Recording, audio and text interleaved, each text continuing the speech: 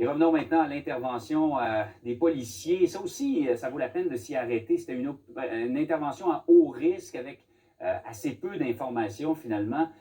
On va parler à quelqu'un qui est bien placé pour commenter tout ça, Stéphane Wall, policier qui est déjà intervenu, qui a eu à abattre un suspect lors d'une intervention et qui a par la suite, pendant des années, donné de la formation aux policiers pour intervenir. Monsieur Wall, bonjour. Bonjour à vous, M. Guérin. D'abord, on va regarder, je veux juste qu'on se remette dans le contexte, on va regarder ensemble et entendre un extrait de l'intervention. Ce n'est pas l'arrestation du suspect, c'est un des moments dans la soirée où les policiers du service de police de la Ville de Québec étaient activement à la recherche du présumé meurtrier.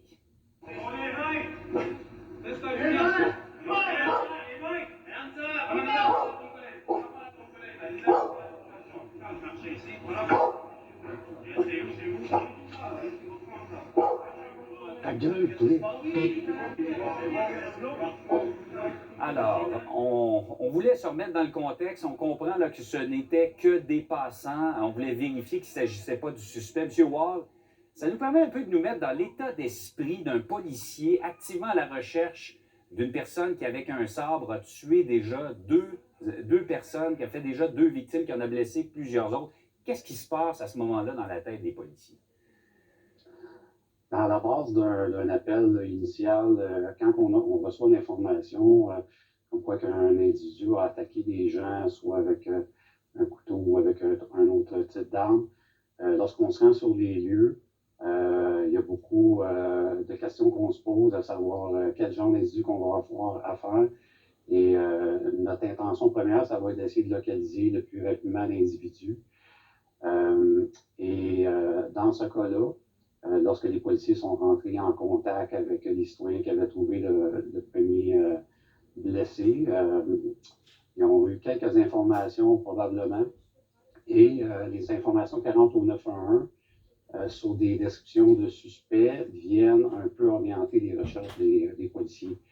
Donc, dans les premières minutes d'une intervention comme ça, surtout quand les appels 911 entrent régulièrement, des informations supplémentaires entrent et les policiers vont inonder l'endroit, vont essayer d'avoir des policiers partout sur le terrain, dans l'environnement, pour essayer de contrôler l'environnement et essayer de localiser le suspect pour mettre fin à son action. Oui, donc on a des informations qui entrent sur la façon dont il est vêtu, c'était médiéval, un costume médiéval qu'il avait, il avait le sabre. Probablement que les gens disent, je l'ai vu, il vient de passer à tel endroit, donc on sait comment il se déplace.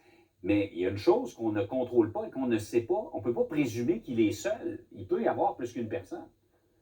Exactement. Nous, au point de vue tactique, on parle souvent de la règle du 1+1.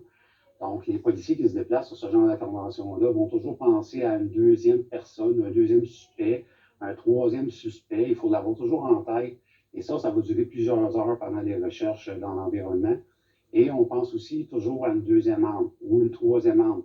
C'est pas parce qu'on a trouvé un couteau ou une arme à feu qu'il n'y a pas un deuxième couteau à la disposition du suspect. Il faut toujours l'avoir en tête parce que dans le passé, il y a plusieurs histoires similaires qui ont été rapportées où les suspects étaient armés de plusieurs armes. Oui, absolument. On ne peut rien prendre pour acquis. Il faut s'attendre au pire. Et on s'en doute, M. Wall, comme on dit, l'adrénaline est dans le plafond. Là. Les battements cardiaques des policiers sont à leur maximum. On est à l'affût à tout moment d'un individu qui peut surgir et s'attaquer à eux.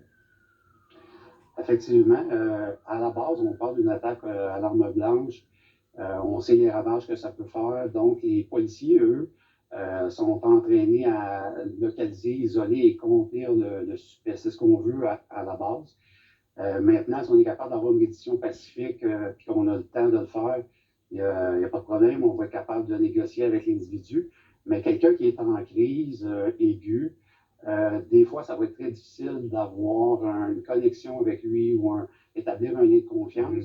Et dans ce temps-là, l'attaque peut survenir sur les policiers et en quelques secondes, ça peut dégénérer. Les policiers vont devoir, malheureusement, peu importe l'état de santé mentale, vont devoir agir pour protéger leur vie ou protéger la vie d'un citoyen qui croiserait le parcours de l'individu. Heureusement, dans ce cas-ci, ça s'est bien terminé. Il était en état d'hypothermie, il était peut-être un peu au ralenti. Il n'a pas offert de résistance. On rappelle que ce sont les agents de sécurité dans le secteur du Vieux-Port de Québec qui ont aidé les policiers du SPVQ à le localiser. En terminant, M. Wall, l'après-drame, on se dit, là, notre réaction, c'est peut-être de dire, ah, les policiers sont faits pour ça, sont formés pour ça. Une situation comme celle-là, où on a 2 personnes massacrées en pleine rue qui ont été assassinées, 5 autres personnes retrouvées blessées de façon aussi horrible, il y a un post-mortem à faire pour les policiers. On ne peut pas retourner sur la patrouille le lendemain et dire la vie continue. Effectivement, les images que les policiers ont vues ce soir-là, lorsqu'on regarde les scènes, la description des scènes qui ont été faites, c'est des images qui partiront pas de sitôt, qui vont laisser des séquelles à long terme. Et je veux aussi mentionner les ambulanciers qui étaient sur les lieux et le beau travail de l'agent de sécurité aussi qui était vigilant. Tous ces gens-là qui ont intervenu, ces premiers intervenants-là, les pompiers également, c'est des images qui peuvent durer longtemps. Et alors, ce qui va se passer dans les jours suivant un événement comme ça, c'est qu'il va y avoir un soutien psychologique qui va être amené aux policiers, aux intervenants. Et quelques jours plus tard, il va y avoir normalement une rétroaction opérationnelle où ce qu'on va aller vraiment regarder tout l'ensemble de l'opération, comment ça s'est passé, puis s'il y a des choses à améliorer. Pour le suivi psychologique à moyen ou long terme, on va parler de rencontres avec les psychologues, des pères aidants aussi. À travers les organisations, il y a souvent un réseau de pères aidants qui ont déjà vécu des événements similaires. Et ultimement aussi, on a des maisons spécialisées comme la Vigile là, qui est capable de venir donner un coup de main à des policiers à des intervenants des urgences à revenir un peu sur de meilleures bases.